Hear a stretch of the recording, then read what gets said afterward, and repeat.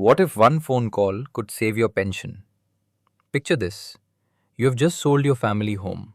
The settlement cleared yesterday.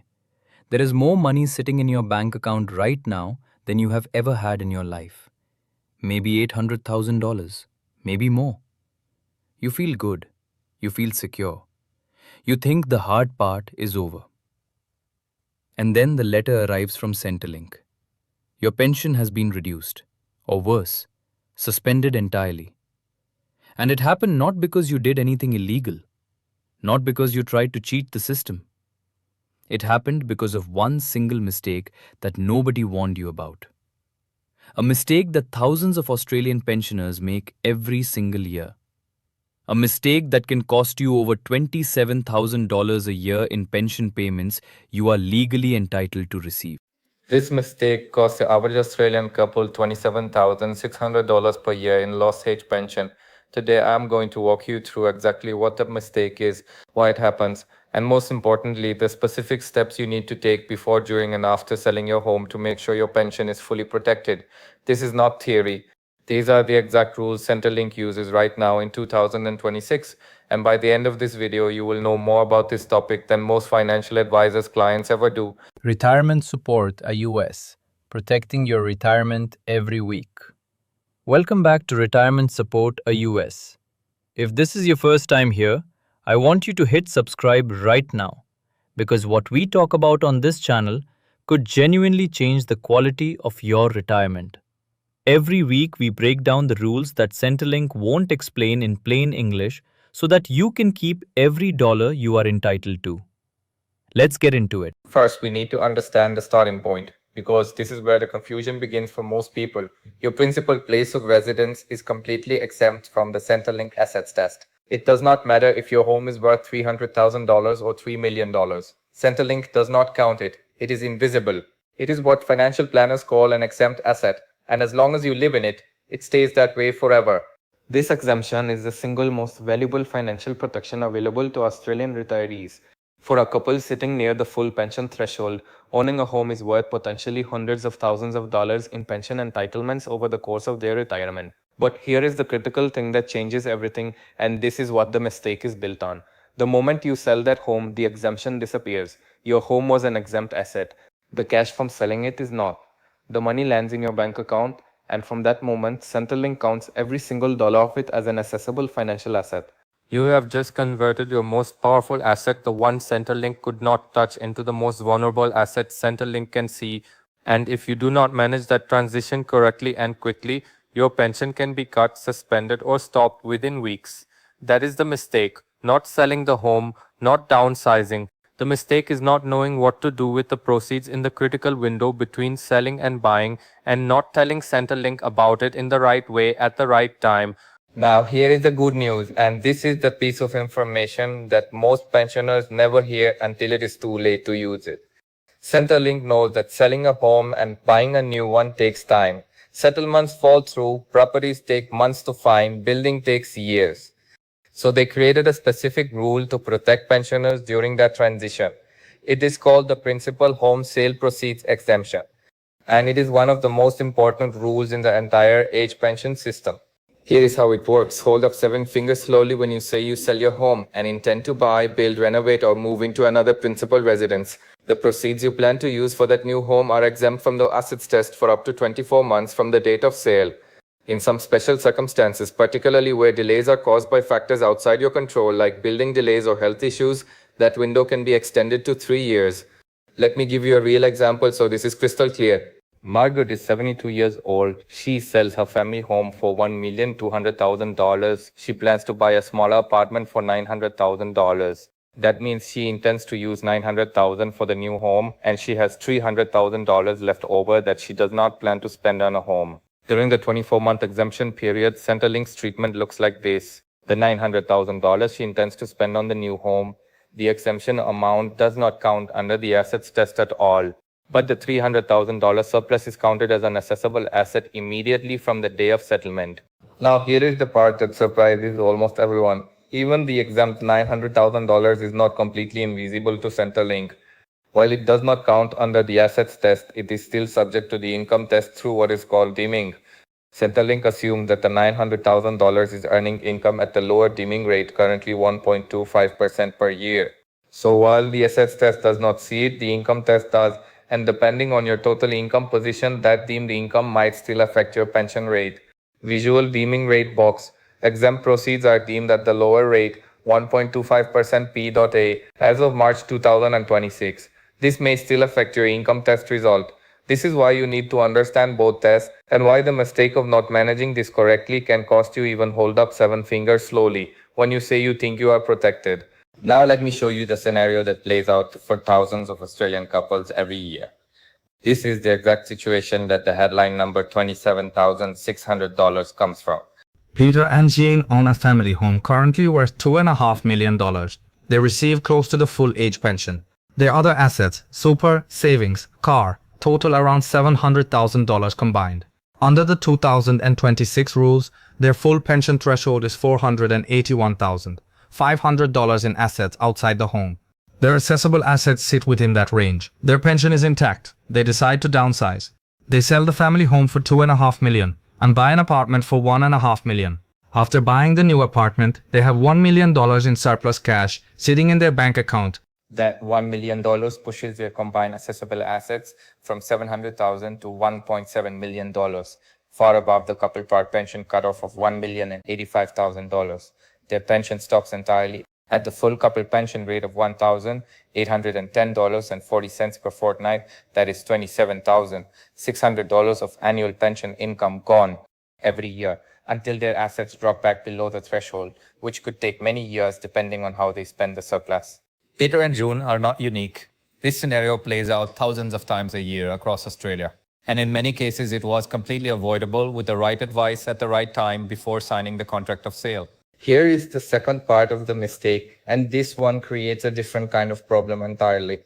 Under Centrelink's rules, you are legally required to notify Centrelink of a change in your assets within 14 days of that change occurring.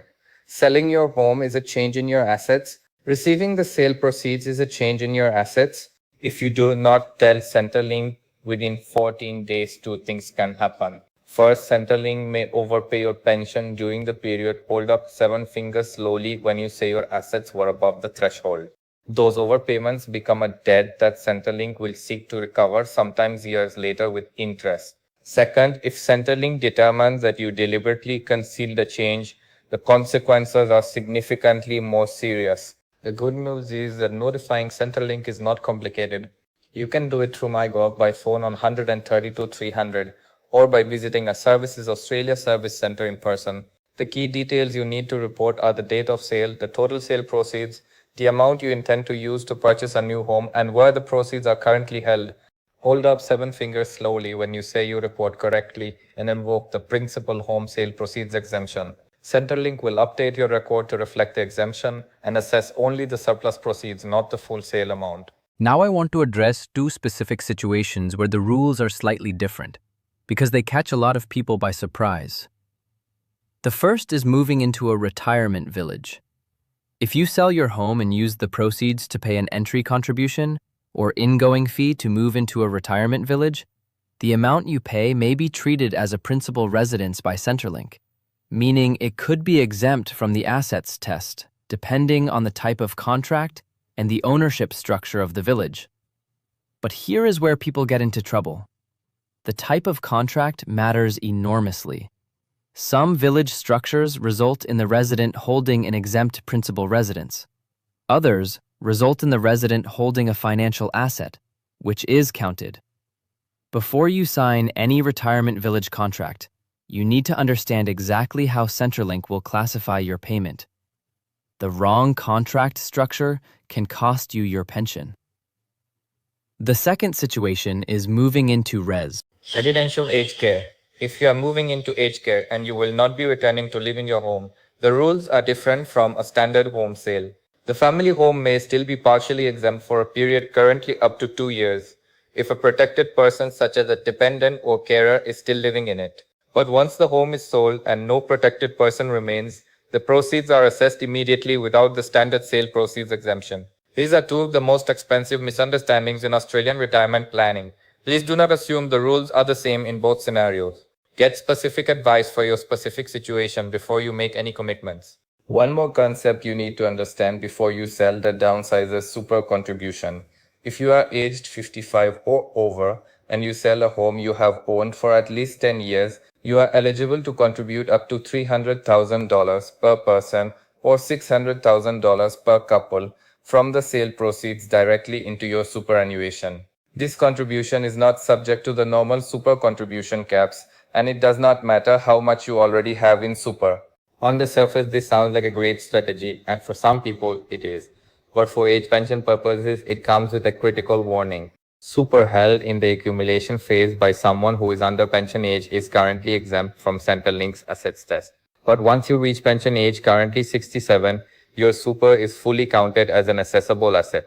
If you are already at pension age, hold up 7 fingers slowly when you say you make a downsizer contribution. You are moving money from a potentially exempt category into a fully assessed one. For many pensioners, this actually makes their pension situation worse, not better. The downsizer contribution can be a powerful tool, but only in the right circumstances. Specifically, it works best for people who have not yet reached pension age and want to build their super balance before the clock starts. For those already on the pension, it requires very careful modeling before acting. Alright, let us bring this together into something you can actually use. Here are the 7 steps every pensioner should take before selling their home. Step 1. Run your numbers before you list the property. Work out what your new home will cost. Calculate the surplus proceeds and check where that surplus sits against the 2026 asset test thresholds. For singles, that is $321,500 for the full pension. For couples, it is $481,500. Know the numbers before you sign anything. Step 2. Speak to a financial advisor who specializes in Centrelink and retirement planning before you put the property on the market. Not after, not during settlement, before. The decisions you make in the planning stage are the ones that protect your pension. The decisions made after settlement are the ones that fix or compound the damage. Step 3. Understand the principal home sale proceeds exemption and make sure you intend to buy a new principal residence. If you do not intend to buy again, perhaps you are moving in with family permanently, you will not be eligible for the exemption, and the full proceeds will be assessed from day 1. Step 4. Notify Centrelink within 14 days of settlement. Do this through MyGov or by calling 132-300. Clearly state your intention to purchase a new home and request that the principal home sale proceeds exemption be applied to your record. Step 5. Keep the exempt proceeds clearly identifiable. Where possible, hold the funds intended for your new home in a dedicated account, separate from your other savings. This makes it easy to demonstrate to Centrelink exactly what the funds are earmarked for if they ever review your record.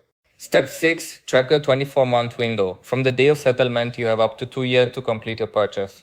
Mark that date clearly and update Centrelink. Hold up 7 fingers slowly when you say you settle on the new property. If you are experiencing genuine delays, building holdups, health issues, unforeseen circumstances, contact Centrelink and ask about an extension before the 2-year window expires. Step 7. Reassess your full financial position after purchase. Once you are settled in your new home, have your financial advisor review your updated assets and income position against the current thresholds. You may find that your new situation qualifies you for a higher pension rate than you expected, especially if you spent a significant amount of the surplus proceeds on the new property.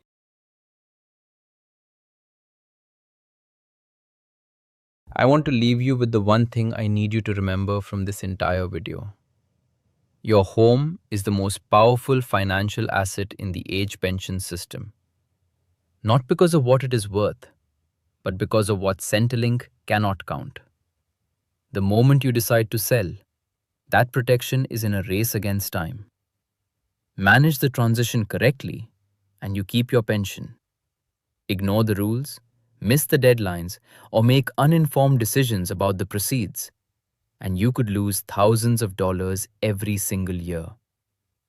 You have worked too hard and waited too long to let that happen. The next Centrelink pension review is the 20th of September 2026. Subscribe to Retirement Support AUS and turn on notifications. We will cover every change the moment it is confirmed, right here in plain English. If today's video helped you, please give it a thumbs up. It takes 1 second and it helps other Australians who need this information find it. Hold up 7 fingers slowly when you say they are S. Urching. Share it with someone you know who is thinking about selling or downsizing. This video could genuinely save them thousands of dollars. Leave your questions in the comments below. We read and answer every single one. This is Retirement Support AUS. Take care of yourself and your retirement. We will see you in the next video.